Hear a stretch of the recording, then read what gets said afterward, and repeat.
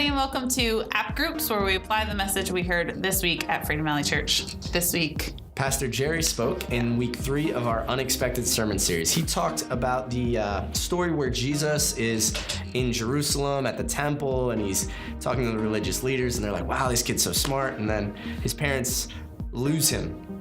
They lose track of him for 3 days because they thought he was with a friend, or he was staying at Judas's house. I don't know what they thought, but they lost their kid, and that's a big deal.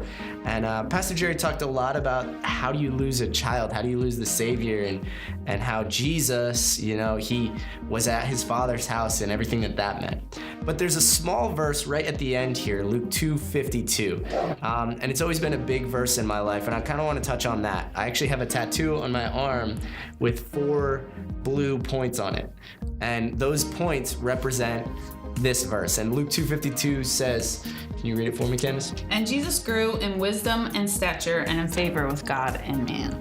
So there's 4 ways he grew. He grew in wisdom, he got smarter. In stature, he grew physically. And then in favor with God and with man. So those 4 ways are mentally, physically, spiritually, and socially.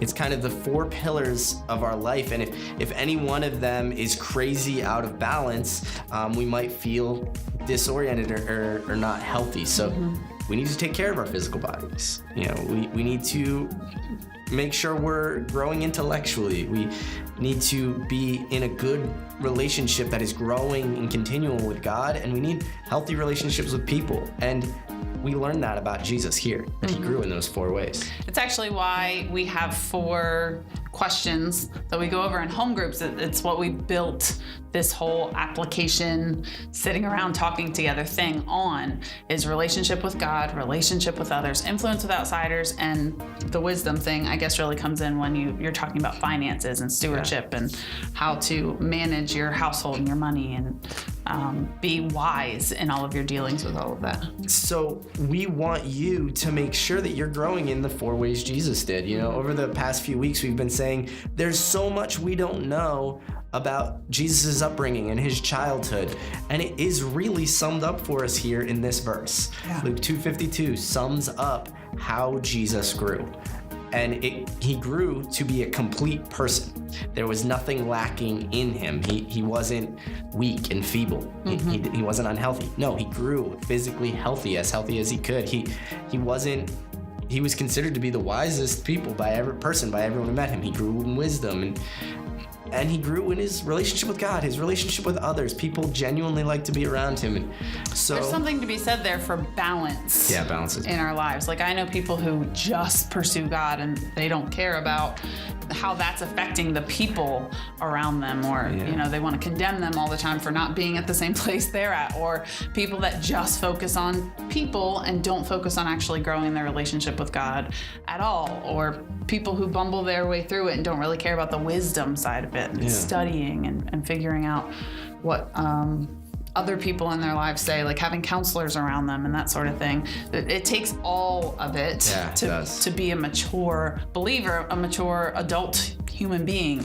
in general. Yeah, and our culture tends to reward one of these pillars over the other. Like, physical appearance is so important, but how often do we focus on wisdom and just general application of knowledge? And that's so important. We need to be growing balance. So today in your groups, talk about, are there areas of your life that you feel are out of balance that you need to focus on? And maybe can this group help you keep accountable as we go into the new year in growing in one of those areas? Great time to set some resolutions. Yeah, it's right around the corner.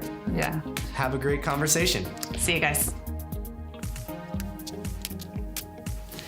Hey guys, so last week I issued the Unexpected Challenge, and you should be about a week and a half, 2 weeks into this, depending on what day you're watching this, and I hope that you've stuck with it. We had about 74 to this date sign up, and signups keep pouring in for it. It's so exciting, and it's been so much fun talking to you all through all of it, answering questions with you, and going back in the text and into the Old Testament, into the other Gospels, and figuring out what it actually means, really asking asking questions and engaging with the Bible. And I hope that you're following along, that you haven't gotten 2 days in and then forgotten all about it. I hope that you're committed and you're with me and you're in.